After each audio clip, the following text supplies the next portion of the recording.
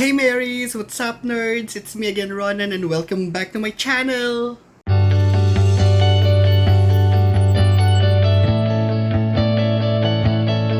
Hello dreamers! So how are you guys doing? Kamusta naman kayo? O nagawa nyo ba yung first step natin dun sa series na ginagawa natin ngayon na how to rewire your brain to think more positive? Yung meditation. I know it's hard guys. Nagawa nyo ba yun? Okay lang kung hindi, no? Depende na yun sa inyo. But anyway, ako I did it. Actually, meron isang araw na hindi ko nagawa. Kasi parang nakahiga na yata ako noon. Tapos na-realize ko na, hala teka, hindi ko nagawa yung meditation. But most of the time, nagawa ko naman siya. I stick to the 7 minutes. And then meron na isang araw yata na nag-add ako ng panibagong parang I added another 7 minutes. So, ginawa ko siyang 14 minutes. So far, it's been doing great. Maayos yung tulog ko. Siguro, dahil relax yung body ko before I go to sleep because of the meditation. And then, when I wake up in the morning, blanco yung isip ko. Wala yung mga kung ano-anong pumapasok kaagad. Pag gising mo pa lang, ayan na kaagad yung mga nagbo-bombard dun sa isip mo. So, it's a good thing. Parang, for me, it's a good thing. It's a clean slate. Pag gising mo sa umaga, refresh kaagad yung isip mo. Wala kang, parang hindi pagod yung isip mo sa paggising ko when I wake up in the morning. So, ganun yung effect niya sa akin, no? 1 week pa lang naman, so we'll never know kasi syempre ituloy-tuloy natin to. We'll never know kung anong maging effect niya in the long run, di ba? Okay, so for this video guys, we're going to the next step. So, we're down to the next step na sa ating series na how to rewire our brain to be more positive or to think more positive. So, what are we going to do for step 2? Let's start our day with gratitude. Yun. So, yung step 1 natin is meditation, di ba? So, we're gonna do that before we sleep. And then, pag gising natin sa umaga, if you feel parang clear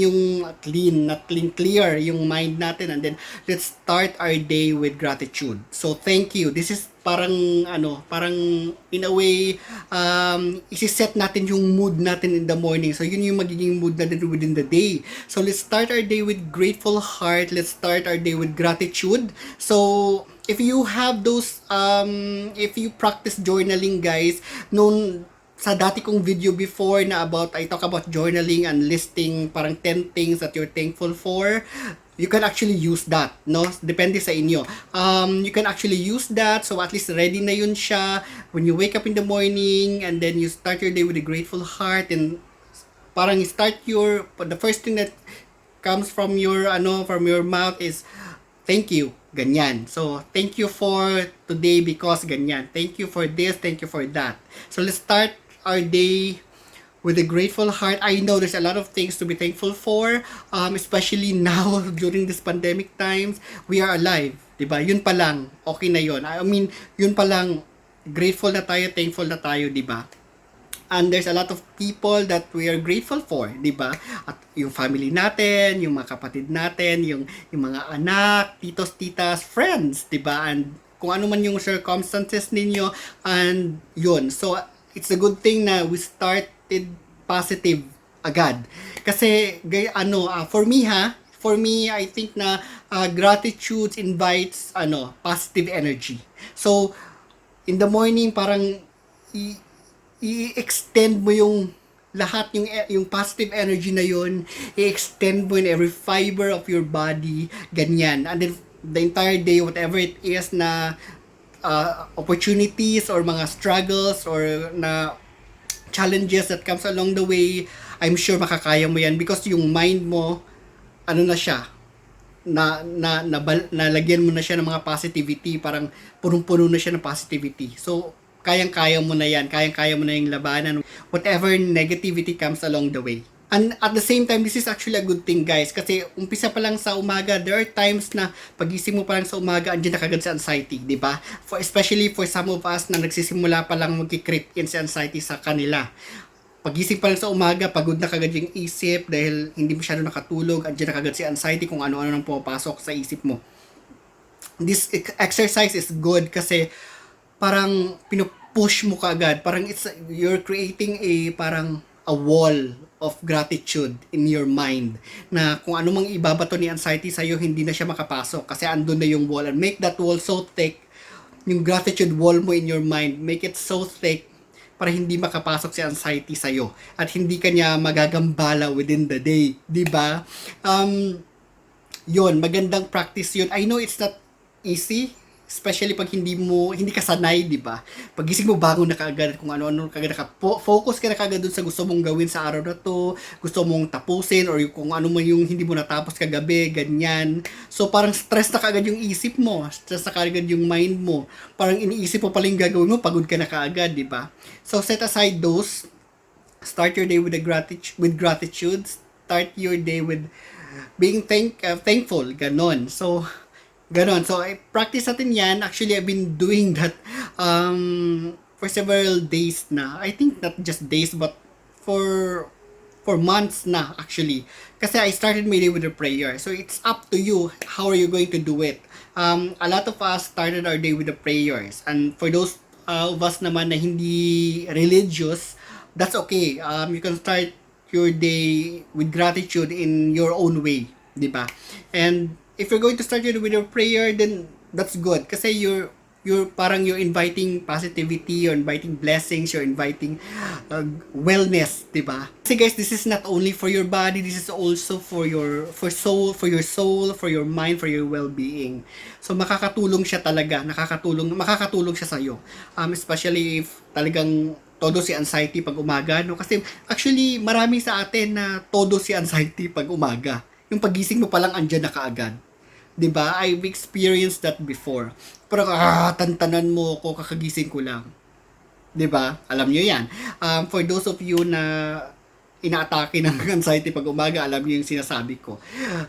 Yeah, I've experienced that before, but of course, it took me a while, no? It took me a while. Kasi practice talaga 'yun. Practice talaga siya na kailangan mo siyang karirin.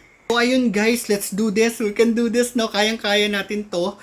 We can rewire our brain to think positive, to be more positive. And let's start with, of course, before we sleep, meditation. So, let's meditate. Kung paano nyo gagawin, kayo ng bahala. Kung gaano katagal, kayo ng bahala. And then, in the morning, when you wake up in the morning, the first thing you do is start your day with gratitude. Think of the things that you are grateful for. If you already have those journals, nandun na yung mga 10 lists na sinusulat nyo doon na things that you are grateful for, then yun. You can just make that mantra, no? I-recite nyo yun or whatever. Or if you want, you can start your day with a prayer. Depende na yun sa inyo kung paano nyo siya gagawin. But you can do it. We can do it. Let's do it together. So, ayun guys. I hope na yung practice na ito makatulong sa inyo. So, we are down at number 2. Dito sa steps na to, and then moving forward, tuloy-tuloy lang tayo. Okay, so we have another week, no, to practice these steps. I mean, this process, no? Okay, so I would like to say thank you. Thank you so much po sa lahat ng mga nag-subscribe sa channel natin, sa mga new subscriber natin. Welcome sa inyo. And yeah, please do subscribe to the channel. If you have friends na may anxiety issue, please share this video, give me a thumbs up. Check nyo na rin yung notification bell para ma-notify kayo every time na mag-upload ako ng video. So ayun guys, thank you so much ha. Thank you sa suporta ninyo, sa mga messages ninyo. And I'll give you back all the love. Thank you. Ayun, so I wish you all good health and I wish you all blessings and peace of mind. Ayun, calmness, peacefulness, stillness, ganyan. Thank you ha. Thank you so much sa mga support niyo. Ayun, so hanggang dito na lang muna yung video na ito. Let's make this short. Kasi guys, may nag-request sa akin na to make the video shorter. Kasi nga naman, it makes sense, no? Kasi a lot of us, hindi naman lahat talaga naka-wifi, yung iba naka-data yung gamit. So, yun, I'm doing my best. I'm still learning in this process. So, let me know kung ano yung mga comments ninyo. Gawan natin ng paraan yan. Para, ang pinaka-goal naman natin dito is heal tayo sabay-sabay at ma-reach natin yung mga people hindi lang dito sa metro kundi dun din sa mga provinces na nangangailangan ng mga ganito klaseng videos. Okay ba yun? Hanggang dito na lang ulit, no? Hanggang sa next video na lang, no? So, thank you so much, and as I have always said, please, please, please, please choose life. Please, please, please, please choose happiness. And please, please, please, please start your day with a smile. And please stay at home, stay safe. God bless you all. Thank you. Bye for now.